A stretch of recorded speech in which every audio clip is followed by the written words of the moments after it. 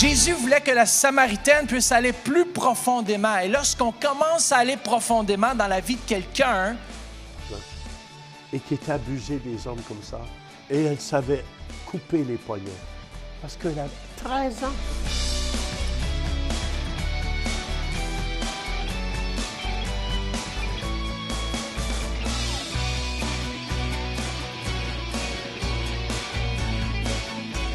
Dieu a tant aimé le monde. Ce soir, les malades vont être guéris. Bienvenue à l'émission Réveil. Je suis avec le pasteur Jean-Claude. Amen, amen. Amen, amen. Et on se réjouit de ce que Dieu va faire aujourd'hui. On a une jeune fille qui a été abusée par son beau-père pendant des années, des années. À l'âge de 10 ans, son nom c'est Eddie Ray. Son beau-père l'a abusée, mais il la vendait à d'autres hommes aussi pour l'abuser. Elle était traumatisée au complet, au complet. C'est pour ça, des fois, les gens réagissent quand cette jeune fille était blessée intérieurement, se sentait pas aimée. Et c'est un témoignage puissant, pasteur Jean-Claude. J'ai écouté dernièrement sur Netflix le documentaire sur la grande chanteuse Whitney Houston. Ouais. Et j'ai vu comment elle a débarqué dans la drogue pendant des années. Et à la fin, on se dit, mais elle a tout essayé. Pourquoi elle est restée dans la drogue? Et elle a dit, c'est à cause de sa tante qu'elle avait abusé sexuellement pendant 2 ans, à l'âge de 10 ans. J'étais choqué parce que tout le monde ne savait pas. Tout ce qu'elle a vécu, c'était à cause de sa tante qu'il a abusé sexuellement pendant que sa mère était en voyage. Et souvent, ça fait une honte chez ces gens-là. Oui. Ils ont honte, ils se sentent accusés souvent de ne pas en parler. Et souvent, ces gens-là sont renfermés. Oui. Et c'est pour ça, des fois, que c'est bon en parler. Oui.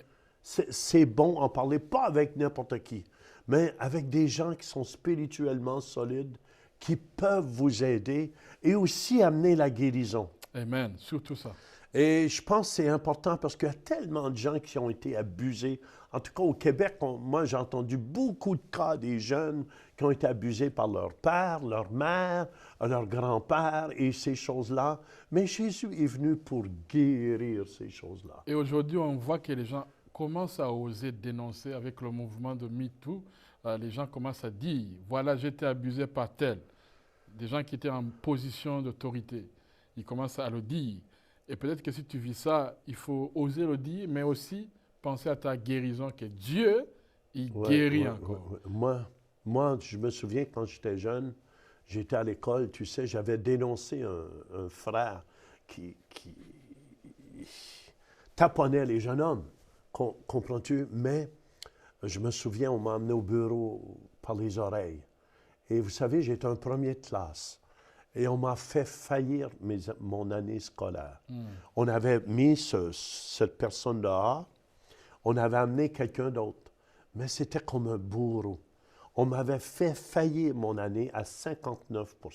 Wow. Et pour moi, c'était un traumatisme à ce moment-là. Oui. Parce que j'étais grand et j'en voulais à cette personne-là. Ouais. J'en voulais à cette personne-là. Et surtout, de recommencer une année scolaire. Et j'étais un premier de classe, je faisais toujours 90 de moyenne. Et c'est pour ça que je veux vous encourager. Merci Jésus que tu es venu pour guérir. Amen. Et je n'accuse pas ce frère-là non plus. Amen, amen. Vous savez, quand on est sans Christ, on essaie toutes sortes de choses pour combler le vide en nous. Amen. Et mon désir, c'est que chacun de nous soyons tous guéris. Et qu'on ait toute cette vie de Jésus en nous. Amen. Et c'est pour ça, Jean-Claude, si tu veux, moi, j'aimerais qu'on va aller écouter Pasteur Mathieu qui parle des blessures intérieures. De comment détecter ta santé émotionnelle, de voir qu'est-ce qui ne va pas. Qu'est-ce qui ne va pas? Souvent, c'est des expériences qu'on a vécues comme ça dans le passé qui nous bloquent dans le présent. Oui. Et si vous voulez, on va aller au centre réveil et on écoute Pasteur Mathieu. Amen. En terminant, J'ai trois choses, trois éléments. À quoi ressemble aller sous la surface? Et la première chose, c'est que vous êtes conscient. Premier point, vous êtes conscient de ce que vous faites et vous ressentez. Est-ce que vous savez que Jésus, en tout temps, il était conscient de ce qu'il faisait et de ce qu'il ressentait? Jésus est l'exemple parfait comment marcher en tant que disciple. Il a toujours poussé ses disciples à aller sous la surface. Mais êtes-vous conscient aujourd'hui de ce que vous vivez et ce que vous ressentez? Vous savez que Jésus a vécu des émotions intenses sans jamais pécher parce qu'il était l'agneau parfait, pur, sans tache. Regardez bien les émotions auxquelles Jésus a subi, a passé au travers, mais de façon saine. C'est-à-dire que moi, je peux être profondément bouleversé. Regardez, quand Jésus la vit pleurer, ainsi dans Jean 11, 33, ainsi que ceux qui étaient venus avec elle, il fut quoi? Profondément bouleversé en son fort intérieur et ne put dominer son émotion. C'était naturel. Lorsque tu vis un temps difficile, c'est normal que tu puisses l'exprimer. C'est normal que tu puisses laisser aller. Jésus vivait toutes sortes de choses. Regardez dans Jean 11, 33 et dans verset 36, de 11, 33 à 36 et Luc 19, 41, ça nous dit qu'il a pleuré sur le tombeau de Lazare et sur la condition de Jérusalem. Come on. Marc 10, 14 nous dit qu'il était indigné par ses disciples. Indigné à cause que les disciples ne voulaient pas laisser venir à lui les petits-enfants. Il était frustré avec ses disciples. Vous pouvez être frustré avec le monde sans péché. Oh, peut-être c'est une libération pour vous aujourd'hui. Ah, finalement, cette personne-là là, qui m'énervait, là, je peux l'exprimer, là. Il y a une façon saine d'exprimer ce qu'on ressent sans détruire l'autre. Et c'est ça, une Église qui est émotionnellement en santé, c'est celle qui connaît, qui sait véhiculer ce qu'elle ressent sans blesser l'autre. Le mois prochain, écoutez bien ça, on va rentrer dans la communication. Et comment est-ce que c'est important de savoir communiquer? Pour bien aimer, on doit savoir se parler. On doit savoir échanger. L'amour dans nos cœurs doit grandir. Regardez, Jésus il était en colère à cause de la commercialisation du temple. Imaginez que Jésus s'est assis là, Pasteur Jean-Claude s'est assis là, puis il a commencé à fabriquer un fouet. Ça, c'est une préméditation de son acte. Écoutez, Jésus était parfait. Hein? On s'entend qu'il était parfait, sans tache ni péché. Il a vécu une vie saine, jamais péché, mais là, il a prémédité sa colère. Comment est-ce qu'il était pour la relâcher en fabriquant ce fouet? Peut-être certains d'entre vous, vous avez commencé à fabriquer votre fouet pour laisser aller la colère, mais vous ne l'avez jamais fini. Bon, on ne vous encourage pas à déchaîner ici dans ce lieu-là.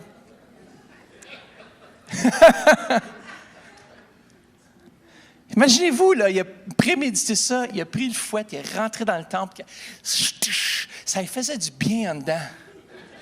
Il a relâché l'énergie, il savait, il y avait une sainte colère dans lui. Ils font, ma maison sera appelée une maison de prière. Qu'est-ce qu'ils font ici? Ils sont en train d'utiliser la maison de mon Père. Alors, ça vous dit que si on est frustré pour les bonnes choses, c'est correct. C'est lorsqu'on est frustré pour les choses qui ne sont pas correctes. Pour l'injustice, on est content. Ça, c'est pas correct. Mais Jésus ici a démontré qu'on peut être en colère de façon saine. On peut se frustrer. Combien de vous avez déjà cloué quelque chose puis vous êtes tapé le doigt? Des fois, ce n'est pas un « amen » qui sort.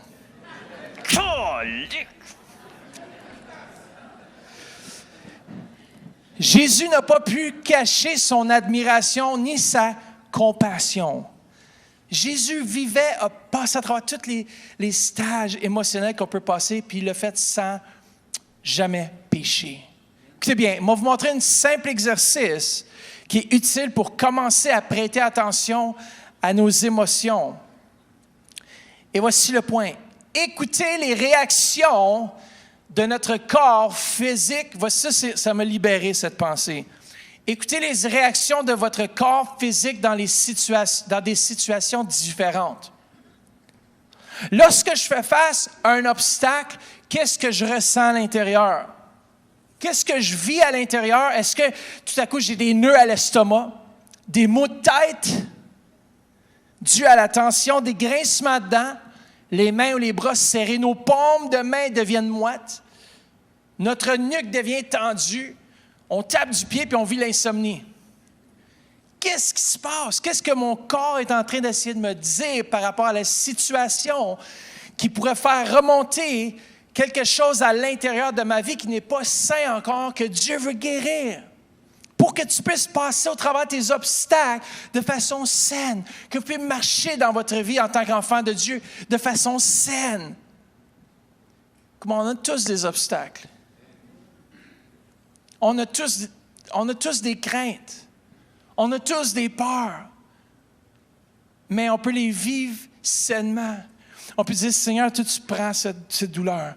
Je refuse d'être stressé. Je refuse d'être anxieux. Je refuse de recevoir quelque chose qui ne m'appartient pas.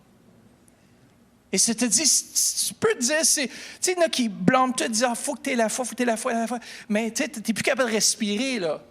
Tellement que tu es anxieux. Et moi, j'ai pas trop ce problème, parce que je suis tellement pas stressé que ma femme, ça la stresse. Mais chérie, comment ça, t'es pas stressé dans cette situation-là? Ben, qu'est-ce que tu veux que je te dise? Je suis en paix totale, je suis dans le bateau, je suis couché avec le maître.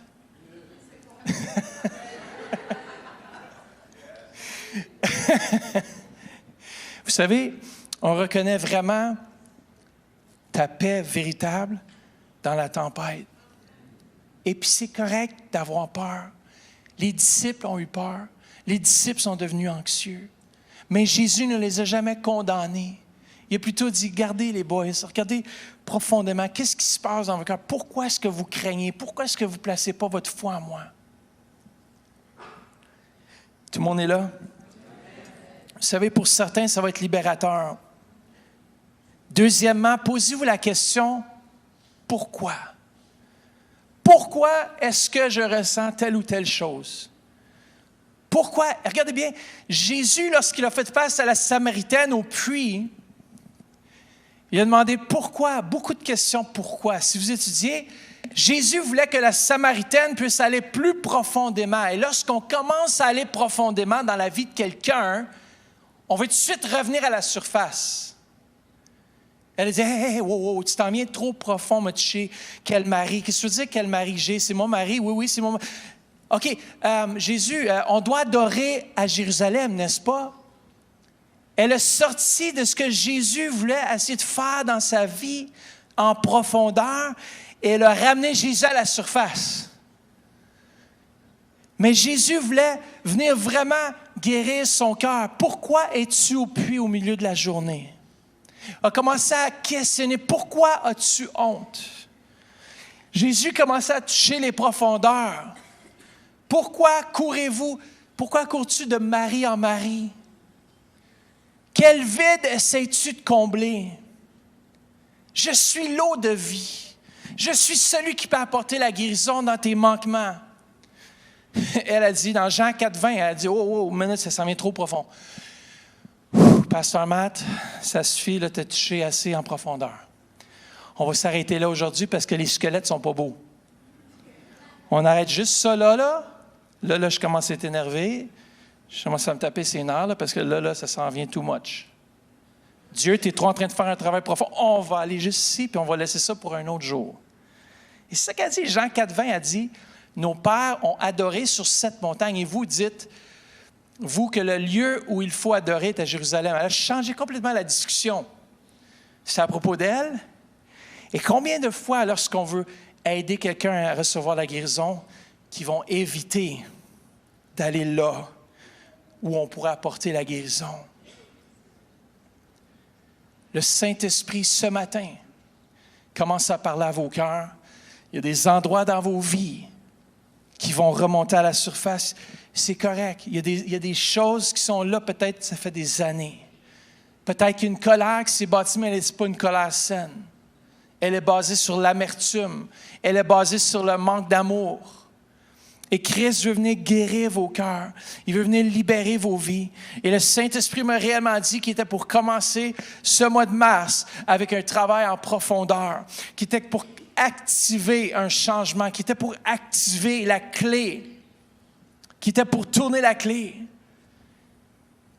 Et des fois, c'est de permettre à ce que les choses, des fois, elles ne sont pas aussi belles. Parce que quand tu commences à creuser, des fois, c'est pas beau. Des fois, tu as des surprises. Demandez-vous la question, après avoir vécu une certaine situation, mais pourquoi suis-je toujours pressé? Surtout en conduisant. Pourquoi je suis toujours stressé? Le stress te fait vivre des choses qui ne sont pas bonnes. Mais pourquoi est-ce que je suis toujours stressé? Pourquoi est-ce que je suis inquiète? Pourquoi est-ce que je redoute la réunion avec mon patron aujourd'hui? Est-ce qu'il y a quelque chose dans mon passé qui fait en sorte que j'ai peur? Moi, je dis, j'avais peur d'aller au bureau à mon père. Oui, encore aujourd'hui.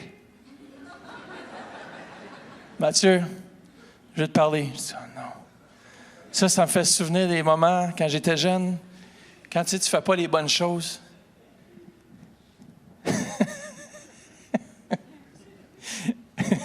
Combien d'entre vous, peut-être, vous êtes traumatisés? Combien d'entre vous, vous avez vécu des choses puis vous l'interprétez aujourd'hui avec la mentalité d'un enfant? Il y a une parole qui m'a guéri, c'est l'apôtre Paul, pas l'apôtre Paul d'Ambé, mais l'apôtre Paul de Las Vegas, pasteur Paul Goulet, qui me dit, lorsque tu ne peux pas changer ton passé, tu peux seulement le réinterpréter avec la sagesse que tu as aujourd'hui. Il y a des choses que tu as vécues comme enfant que si tu revivrais aujourd'hui, avec la connaissance et la sagesse que tu as, ça serait beaucoup moins pire. Mais lorsque tu l'as vécu en tant qu'enfant, tu raisonnais comme un enfant. Alors, tout ce qui t'est arrivé comme dans ton enfance, tu l'amplifies. Oh, moi, quand j'étais jeune, j'étais abusé. Moi, quand j'étais jeune, écoute, tout le monde a vécu des traumatismes. Je ne dis pas qu'ils sont excusables, mais essayons de réinterpréter. Seigneur, qu'est-ce qui se passe? Aide-moi, Seigneur Jésus, à comprendre. Et ce matin, l'Éternel dit à quelqu'un, Dieu va aller en profondeur.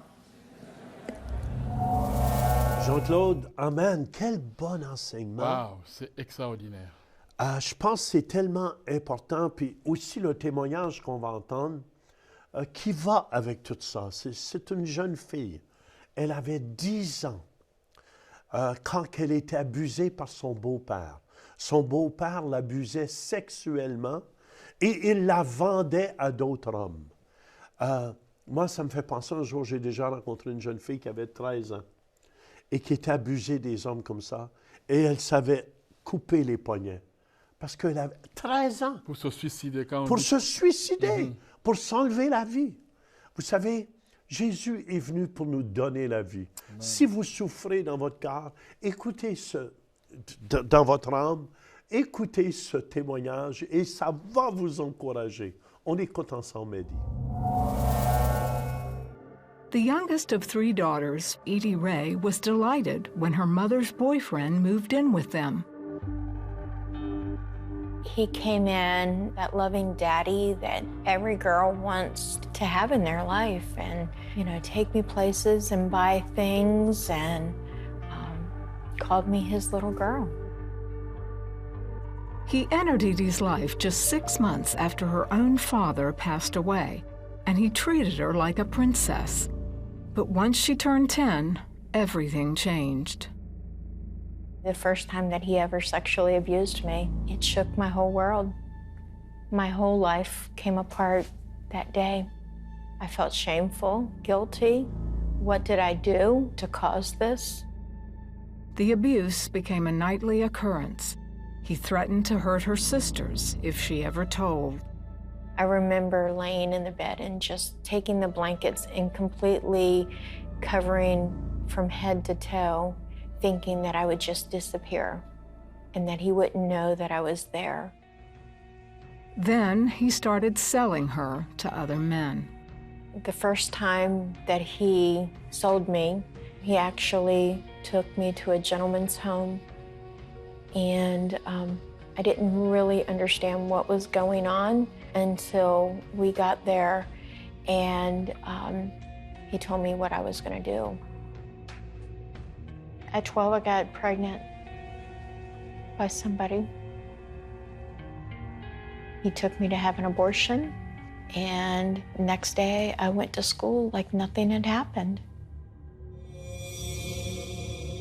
Her mother, a drug dealer, turned a blind eye to the abuse, even when Edie confided in her. She, told me that it was all my fault, that I needed to stay away from her boyfriend and act like a lady. It made me feel unwanted, unloved.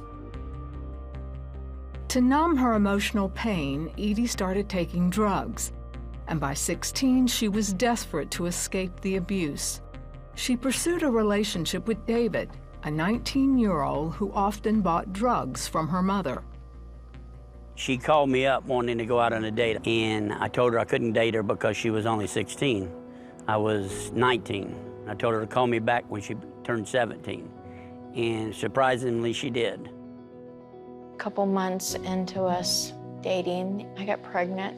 We decided then that we were just gonna get married and try to make a life and do the right thing. A few years into their marriage, David was involved in a bar fight that nearly cost him his life. It made him reevaluate the way he was living.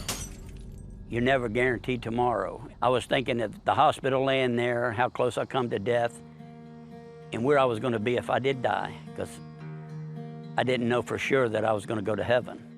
My mother had invited us to church, and I told Edie, I said, we need to go back. And then the following Sunday, we gave our hearts to Christ. I heard the right thing, that he loved me, and it spoke to my heart.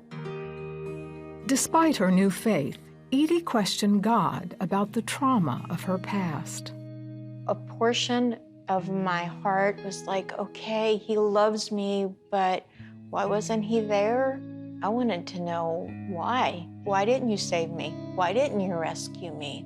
Why did you let my mom just turn a blind eye? There was just too much going on still in my head. Over the next decade, her horrific memories sent her into depression. She'd never told David the extent of her childhood trauma. Me and my pastor, we sat on the floor and prayed a lot of evenings. I thought Edie was going through a mental breakdown, but I didn't know that it was her way of trying to deal with her childhood. Because every time that I looked in that mirror, I seen myself looking back and hated that person. In 2008, their pastor began a new teaching series about purpose. For Edie, it started the healing process that she needed. Shame, guilt, all of these things that I had carried for so long, I was hearing the complete opposite.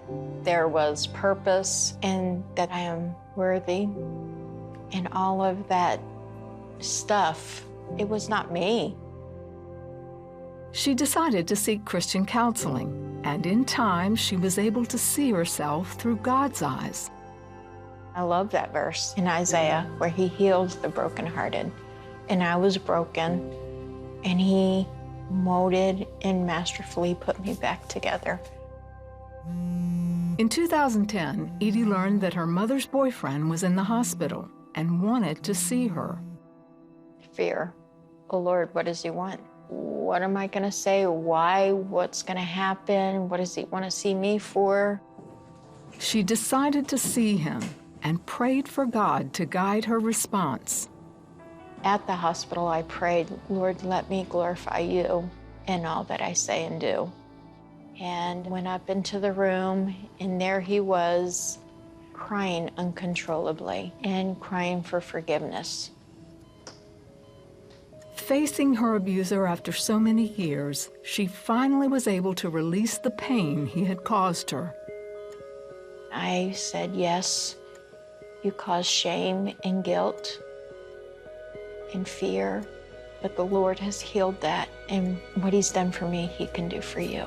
And I was able to pray with him, let him know that Christ loves him, and he accepted Christ.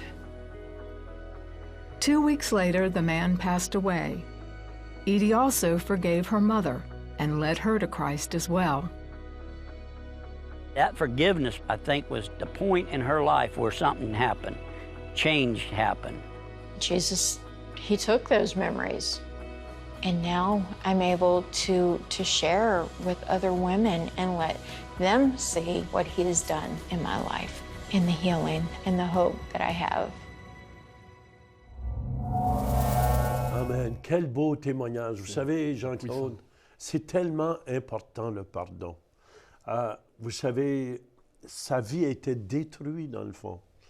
Mais voyez-vous, comme sa vie a été détruite par le diable, par l'ennemi, Jésus est venu lui donner la vie. La vie en elle, la vie en abondance. C'est pour ça qu'elle a pu pardonner. Amen. Et c'est important à la maison que vous pardonnez. Quand vous ne pardonnez pas aux gens autour de vous, vous vous faites mal à vous-même.